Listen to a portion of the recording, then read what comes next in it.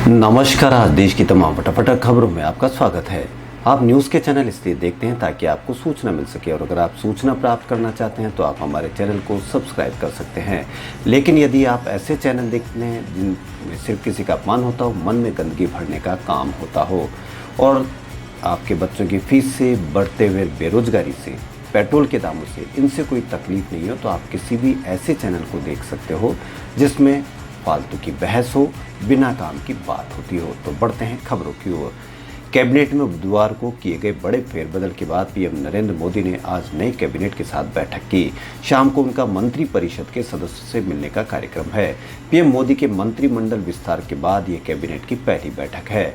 गौरतलब है कि कैबिनेट में बुधवार को कई नए चेहरे शामिल किए गए हैं, जबकि अच्छा प्रदर्शन करने वाले कुछ राज्य मंत्रियों को प्रमोट करके कैबिनेट मंत्री बनाया गया है। कैबिनेट की बैठक के बाद शाम 7 बजे पूरे मंत्रिमंडल की बैठक होगी। कैबिनेट विस्तार के बाद कई मंत्रियों के विभागों में भी भारी फेरबदल किया गया। इसमें अश्विनी वैष्णव को रेल और सूचना प्रौद्योगिकी, किरण रिजिजू को कानून, ज्योतिरादित्य सिंधिया को नागरिक उड्डयन, अनुराग ठाकुर को सूचना और प्रसारण के साथ खेल मंत्रालय, हरदीप पुरी को पेट्रोलियम, धर्मेंद्र प्रधान को नया शिक्षा मंत्री बनाया गया है। कांग्रेस के पूर्व अध्यक्ष राहुल गांधी ने केंद्रीय स्वास्थ्य मंत्री के पद से डॉक्टर हर्षवर्धन को हटाए जाने और मनसुख मंडाविया को यह जिम्मेदारी सौंपे जाने को लेकर गुरुवार को कटाक्ष करते हुए कहा कि इसका मतलब यह है कि अब देश में टीकों की कमी नहीं होगी। उन्होंने चेंज हैशटैग से ट्वीट किया, इसका मतलब है कि अब टीकों की कमी नहीं होने दी जाएगी। पूर्व वित्त मंत्री और कांग्रेस के वरिष्ठ नेता पी चिदम्बरम ने कहा कि नए स्वास्थ्य मंत्री का पहला काम देश में टीकों की उचित और निर्बाध आपूर्ति सुनिश्चित करना होना चाहिए। उन्होंने ट्वीट किया, नए स्वास्थ्य मंत्री का पहला काम ये सुनिश्चित करना होना चाहिए कि टीकों की उचित और निर्बाध आपूर्ति हो।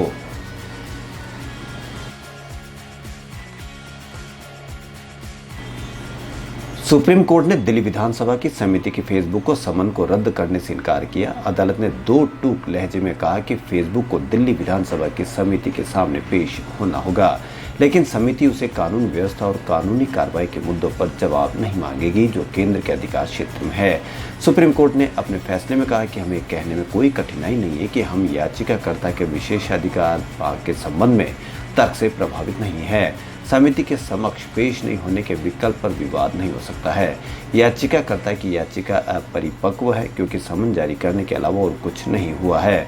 समिति शांति और सद्भाव पर विचार विमर्श करने के लिए जानकारी प्राप्त करने की हकदार है। सुप्रीम कोर्ट ने कहा कि दिल्ली विधानसभा की समिति को केंद्रीय कानूनों के अधिकार क्षेत्र का अतिक्रमण किए बिना शांति और सद्भाव से संबंधित किसी भी मामले पर जानकारी प्राप्त करने का अधिकार है। समिति अभियोजन एजेंसी की भूमिका नहीं निभा सकती और सीधे चार्जशीट दाखिल नहीं कर सकती है।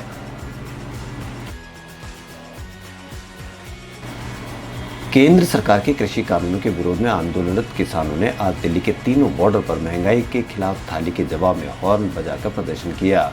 गाजीपुर बॉर्डर पर किसान नेता राकेश टिकैत ने सिलेंडर लेकर सरकार के खिलाफ प्रदर्शन किया। उनका कहना है कि विपक्ष भी कमजोर है, इसलिए महंगाई के खिलाफ किसान प्रदर्शन कर रहे हैं।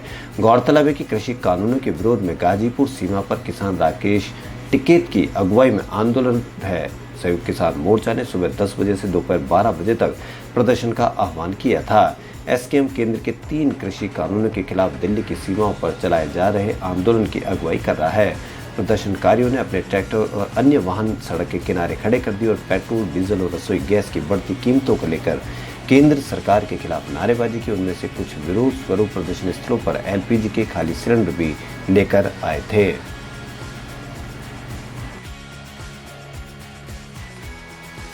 कर्नाटक के मुख्यमंत्री बीएस येदियुरप्पा को भाजपा के ही लोगों द्वारा निशाना बनाए जाने के बीच बृहस्पतिवार को उनके राजनीतिक सचिव एमपी रेणुकाचार्य उनके बचाव में खुलकर आए।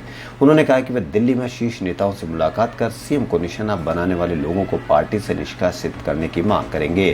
कर्नाटक के होन्नाली से विधायक रेणुकाचार्य ने येदियुरप्पा के विरोध को इस्तीफा देने और नए सिरे से चुनाव का सामना करने की भी चुनौती दी। इसके साथ ही उन्होंने राज्य में पार्टी के सत्ता में आने और उनकी प्रगति का श्रेय भी येदियुरप्पा को दिया। रेणुकाचार्य ने कहा कि येदियुरप्पा ने पार्टी को बनाया, उसे आगे बढ़ाया है। येदियुरप्पा की आलोचना करना भाजपा की आलोचना करने के समान है।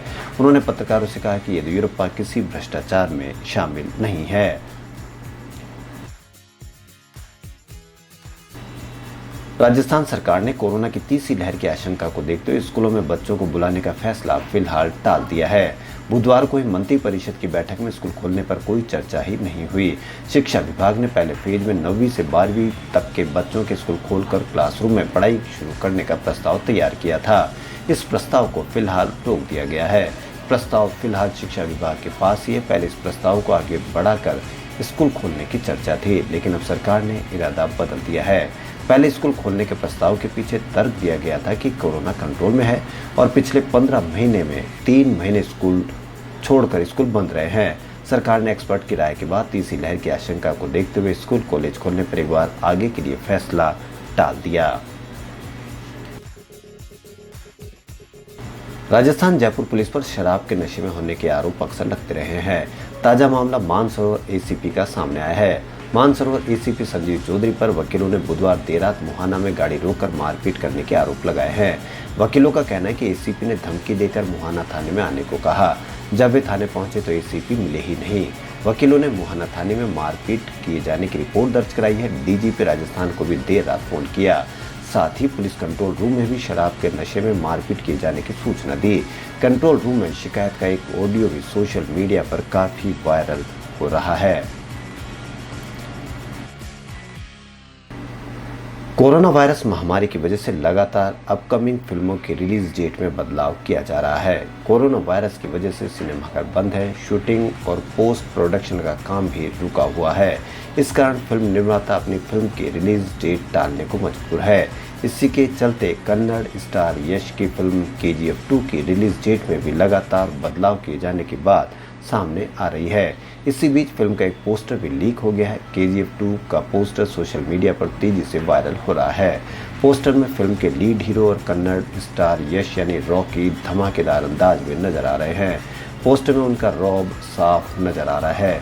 पोस्टर में यश के सामने आग जलती नजर आ रही है और वो ब्लैक कोट पैंट पहनकर कुर्सी पर बैठे नजर आ रहे हैं। फैंस लगातार ट्विटर पर पोस्टर शेयर करते हुए दिख रहे हैं कि ये फिल्म का नया पोस्टर है। अजय देवगन जल्द ही अपनी अपकमिंग वेब सीरीज रुद्र के साथ OTT प्लेटफॉर्म पर डेब्यू करने जा रहे हैं। सीरीज की कास्ट को लेकर धीरे धीरे खबरें सामने आ रही है। अब खबर सामने आई है कि इस सीरीज के साथ बॉलीवुड से लगभग गायब हो चुकी ईशा देओल वापसी करने जा रही है। इस सीरीज में ईशा का रोल काफी अहम होगा। माना जा रहा है कि सीरीज में ईशा अजय की पत्नी या गर्लफ्रेंड का रोल करते नजर आएगी। यह वेब सीरीज न केवल अजय बल्कि ईशा की भी डेब्यू वेब सीरीज होगी। इसकी जानकारी देते हुए ईशा ने एक ट्वीट किया। ईशा ने लिखा कि रुद्र मेरी डेब्यू वेब सीरीज है, वो भी शानदार एक्टर अजय देवगन के अपोजिट, जो कि कई फिल्मों में मेरे को स्टार रह चुके हैं। इन दिनों के अलावा इस सीरीज में राशि खन्ना और हेमंत खेर भी नजर आएंगे। सीरीज की शूटिंग इसी महीने के आखिर में शुरू होगी। सीरीज का प्रोडक्शन अपलाउड एंटरटेनमेंट कर रहा है। Rudra Hollywood actor Idris Elba की हिट टीवी सीरीज लूथर का हिंदी रीमेक है। खबरों में फिलहाल इतना ही। यदि आपको हमारा चैनल पसंद आए तो लाइक, सब्सक्राइब और शेयर अवश्य करें। धन्यवाद।